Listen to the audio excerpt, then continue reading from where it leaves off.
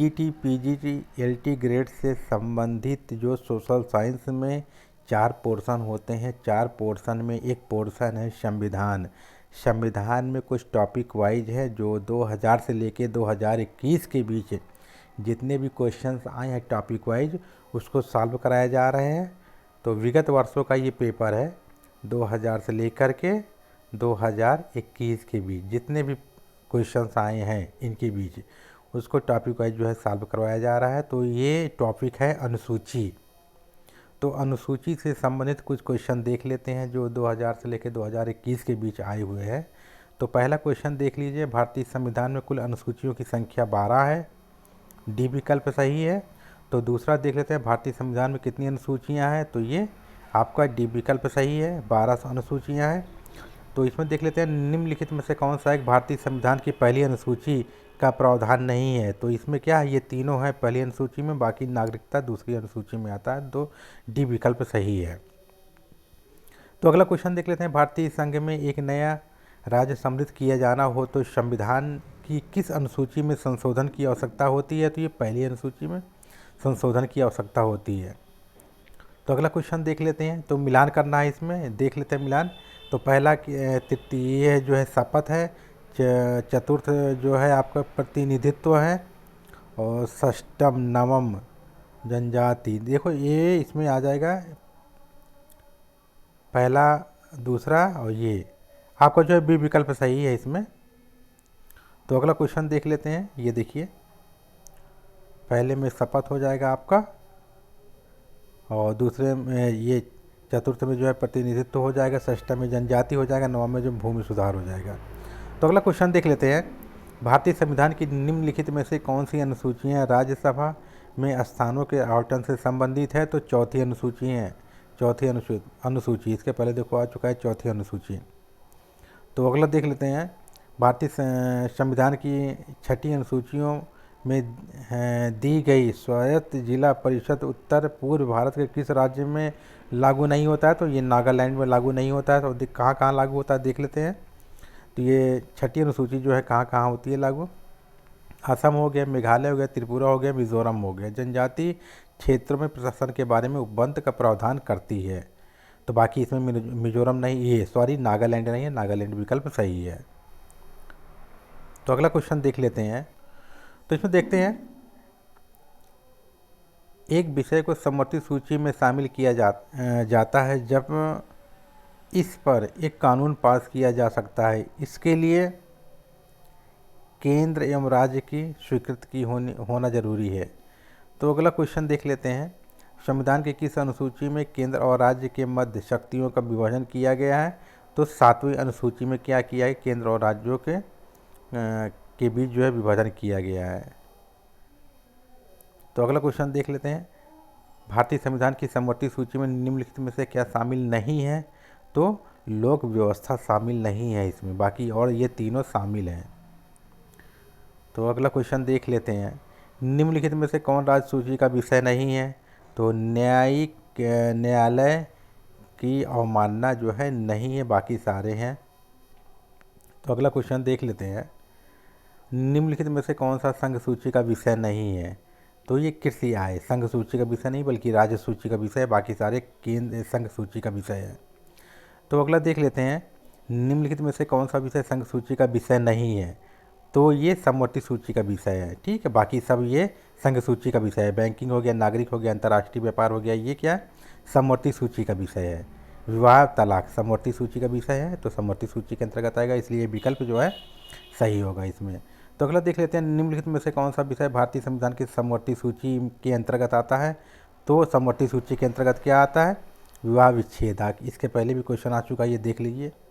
समवर्ती सूची में विवाह तलाक विच्छेद इसी को बोलते हैं, तो ये आ गया। तो अगला क्वेश्चन देख लेते हैं, निम्नलिखित में से कौन सा एक भारत के संविधान में राज्य सूची का विषय नहीं है। तो ये क्या है, राजनयिक प्रतिनिधित्व राज्य सूची का विषय नहीं, बाकी सारे ये तीनों जो है राज्य सूची के विषय हैं। तो अगला क्वेश्चन देख लेते हैं, तो इसमें देख लेते हैं, निम्नलिखित में से कौन सा एक विषय भारत के संविधान की राज्य सूची में है। तो ये पुलिस है, राज्य सूची में है। ये संघ सूची का विषय है, ये समवर्ती सूची का विषय है। तो इसमें ये पुलिस जो है ये सही है। ये देखो दिया भी है इसमें, राज्य सूची पुलिस आती है, और संघ सूची में केंद्र आती है, और समवर्ती सूची में शिक्षा आता है। तो कभी कभी पूछ लेता है शिक्षा किस सूची के अंतर्गत आता है, तो समवर्ती सूची के अंतर्गत आता है। तो आगे देख लेते हैं, निम्न में से कौन सा विषय समवर्ती सूची में नहीं है। समवर्ती सूची में सार्वजनिक व्यवस्था समवर्ती सूची में नहीं है। बाकी ये फौजदारी वगैरह ये सब क्या, ये सब संघ सूची के विषय नहीं है। तो अगला देख लेते हैं, केंद्र राज्य के मध्य शक्तियों का बंटवारा किस अनुसूची के अंतर्गत रखा गया है। 7वीं अनुसूची के अंतर्गत रखा गया है। अगला क्वेश्चन देख लेते हैं, भारत में केंद्र को शक्तिशाली बनाने का एक संवैधानिक कारण है। ये संघ सूची होगा, इसमें संघीय सूची, तो इसमें जो है डी विकल्प सही है आपका। तो अगला देख लेते हैं क्वेश्चन, भारत का संविधान निम्नलिखित में से किसको अवशिष्ट शक्तियां देता है। तो ये केंद्र को देता है। किसको देता है, ये केंद्र को देता है। तो अगला क्वेश्चन देख लेते हैं, राज्य सूची में किसी विषय को राष्ट्रीय हित का विषय घोषित करने का अधिकार दिया गया है। तो राज्य सूची को दिया गया है यह अधिकार। तो अगला देख लेते हैं क्वेश्चन, संघ सूची में शामिल हैं, संघ सूची में कितने विषय शामिल हैं, 97 विषय शामिल हैं। राज्य सूची में 66 विषय शामिल हैं, और समवर्ती सूची में 52 विषय शामिल हैं। तो पहले संघ फिर से देख लेते हैं एक बार। तो हाँ देखते हैं फिर से। तो संघ सूची में 97 विषय है शामिल हैं, बल्कि ये सही है आपका। और आगे देख लेते हैं, इसमें राज्य सूची में जो है 66 विषय शामिल हैं। राज्य सूची में कितने विषय शामिल हैं, राज्य सूची में 66 विषय शामिल हैं। और समवर्ती सूची में जो है, समवर्ती सूची में पहले क्या थे, 47 विषय थे, अब कितने हो गए हैं, 52 विषय शामिल हो गए हैं। तो इसके हिसाब से जो क्वेश्चन पूछा गया है, समवर्ती सूची में कितने विषय शामिल किए गए हैं, तो आप 97 विषय शामिल किए गए हैं। अगला क्वेश्चन देख लेते हैं, संघीय सूची में कितने विषय शामिल किए गए हैं, 97 विषय शामिल किए गए हैं। तो अगला देखते हैं, 42वें संविधान संशोधन के पश्चात भारत के संविधान की समवर्ती सूची में विषय हैं, समवर्ती सूची में, समवर्ती सूची में। तो इसमें ये पहले था लेकिन अब 52 हो गया है। तो ये 52 विकल्प, आप 52 सही करिएगा। ये देखिए 52 दिया हुआ है इसमें, वर्तमान में कितने हैं, 52 है। तो अगला देख लेते हैं क्वेश्चन, निम्नलिखित में से कौन सा एक समवर्ती सूची में परिभाषित विषयों पर विधियों का निर्माण कर सकता है। तो इसमें राज्य विधानमंडल और संसद दोनों कर सकती है। ठीक है, ये दोनों विकल्प सही है आपके, ये आपका दोनों विकल्प सही है। तो ये आपका सी विकल्प सही है।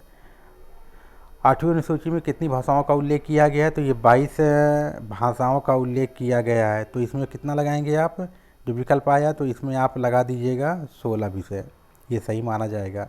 बाकी कुल 22 भाषाओं का उल्लेख किया गया है। तो अगले क्वेश्चन की ओर आते हैं, भारतीय संविधान की 8वीं अनुसूची में कितनी भाषाओं का उल्लेख किया गया है। तो 22 भाषाओं का उल्लेख किया गया है। तो भारतीय संविधान की 8वीं अनुसूची में निम्नलिखित में से कौन सी भाषा सम्मिलित नहीं है।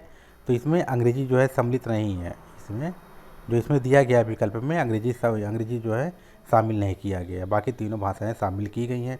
भारतीय संविधान की 8वीं अनुसूची में कितनी भाषाओं का उल्लेख किया गया है। तो इसमें जो है आप लगाइएगा 18, बाकी इसमें 22 भाषाओं का उल्लेख किया गया है कुल, जो अधिकतर इसमें है। तो 22 के अंदर ही जितने भी हैं वो लगाया जाएगा आपको। और ये 22 से ज़्यादा, इसमें 22 से जो है कम 18 है, बाकी 18 से कम और सब है, और इसमें जो है 18 लगाया जाएगा। विकल्प में जो ज़्यादा दिया होगा, 22 से ज़्यादा नहीं बल्कि 22 से कम होगा तो वही लगाया जाएगा विकल्प में। तो संविधान की 8वीं अनुसूची में कितनी प्रादेशिक भाषाओं का शामिल किया गया है। तो 22 भाषाओं को जो है शामिल किया गया है।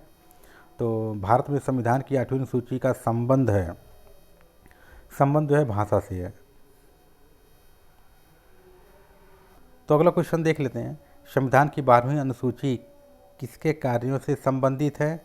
तो ये 12वीं अनुसूची